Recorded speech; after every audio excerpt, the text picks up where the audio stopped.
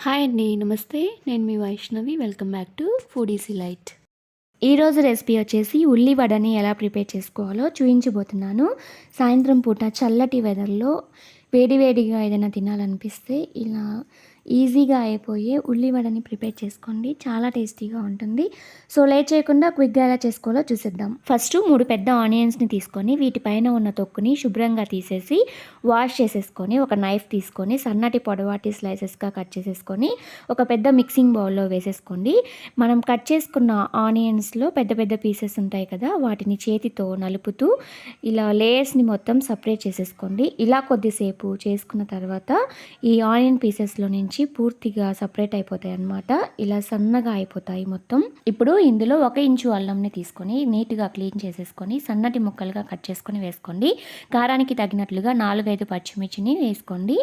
2 రెమ్మల కరివేపాకుని క్లీన్ చేసుకొని ఇలా సన్నగా తరుక్కుని వేసుకోండి. ఇప్పుడు ఇందులోకి రుచికి తగినట్లుగా సాల్ట్ని కూడా యాడ్ చేసేసుకొని చేతితో ఇవన్నీ బాగా పూర్తిగా కలిసేదాకా మిక్స్ చేసేసుకున్న తర్వాత ఈ ఆనియన్స్ని 10-15 నిమిషాల వరకు బాగా ఊరే వరకు వీటిని ఒక పక్కన పెట్టేసుకోవాలి. 10-15 నిమిషాలు వీటిని ఊరబెట్టడం వల్ల ఆనియన్స్లో నుంచి కొద్దిగా వాటర్ అనేవి రిలీజ్ అవుతాయి. 15 నిమిషాల తర్వాత ఇప్పుడు ఇందులోకి 4 టేబుల్ స్పూన్ల మైదా పిండి, 4 టేబుల్ స్పూన్ల శనగపిండిని వేసుకోండి. ఈ 2 పిండిలు వేసుకున్న తర్వాత ఇప్పుడు చేతితో ఈ ఆనియన్స్ పిండి బాగా పూర్తిగా కలిసేదాకా బాగా మిక్స్ చేసేసుకోండి. ఇందులోకి వాటర్ వేయాల్సిన అవసరం లేదు. ఆనియన్స్లో ఉన్న మాయిశ్చరే సరిపోతుంది. మీకు పిండి కొంచెం గట్టిగా ఉంది అనిపిస్తే కొద్దిగా వాటర్ని స్ప్రింకిల్ చేసుకొని మిక్స్ చేసుకోండి. లేదా మీకు లూజ్ అనిపిస్తే కొద్దిగా శనగపిండిని యాడ్ చేసుకొని పూర్తిగా మిక్స్ చేసేసుకొని ఒక ముద్దలాగా చేసుకొని పెట్టుకోండి. మిక్స్ చేసుకున్న తర్వాత ఇప్పుడు ఒకసారి సాల్ట్ని చెక్ చేసుకోండి. సరిపోకపోతే ఇంకొద్దిగా సాల్ట్ని యాడ్ చేసుకొని మిక్స్ చేసేసుకోండి. ఇప్పుడు డీప్ ఫ్రై చేసుకోవడం కోసం స్టవ్ పైన ఒక కడాయిని పెట్టుకొని అందులోకి డీప్ ఫ్రైకి సరిపడా ఆయిల్ని పోసుకొని హీట్ చేసుకోండి. ఆయిల్ హీట్ అయిందో లేదో కొద్దిగా పిండిని వేసుకొని చెక్ చేసుకోండి. పైకి నొరగలాగా తేలిందంటే ఆయిల్ హీట్ అయినట్లే. ఇప్పుడు ఇందులో నుంచి కొద్దిగా మిక్చర్ని తీసుకొని ఫస్ట్ రౌండ్ షేప్లోకి చుట్టుకొని తర్వాత వేళ్ళ మధ్యలో కానీ లేదంటే అరచేతిలో పెట్టుకొని వడ షేప్లోకి ప్రెస్ చేసుకోవాలి.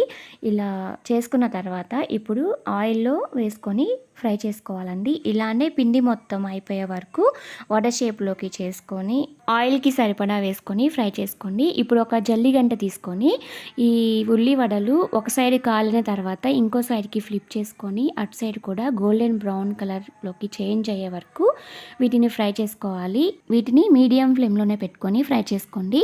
హై ఫ్లేమ్లో లో ఫ్లేమ్లో పెట్టుకొని ఫ్రై చేసుకుంటే ఇవి ఆయిల్ ఎక్కువగా పీల్చేసి మాడిపోతాయి అన్నమాట. ఫస్ట్ ఇవి వేసిన వెంటనే ఆయిల్ పైన నొరగ బాగా వస్తుంది. ఇవి ఫ్రై అయినట్లు ఎలా తెలుస్తుందంటే ఆయిల్ పైన నొరగ అనేది ఇలా తగ్గడం స్టార్ట్ అవుతుంది. అప్పుడే ఇవి బాగా ఫ్రై అయినట్లు. ఇవి బాగా క్రిస్పీగా గోల్డెన్ బ్రౌన్ కలర్లోకి చేంజ్ అయ్యే వరకు ఫ్రై అవ్వాలండి. అప్పుడే ఇవి బాగా టేస్టీగా ఉంటాయి. ఇవి క్రిస్పీగా అయ్యి గోల్డెన్ బ్రౌన్ కలర్లోకి చేంజ్ అయిన తర్వాత ఇప్పుడు ఇందులో ఉన్న ఎక్సెస్ ఆయిల్ని అబ్జర్వ్ చేసుకోవడం కోసం ఒక టిష్యూ ఉన్న ప్లేట్లోకి ట్రాన్స్ఫర్ చేసేసుకోండి.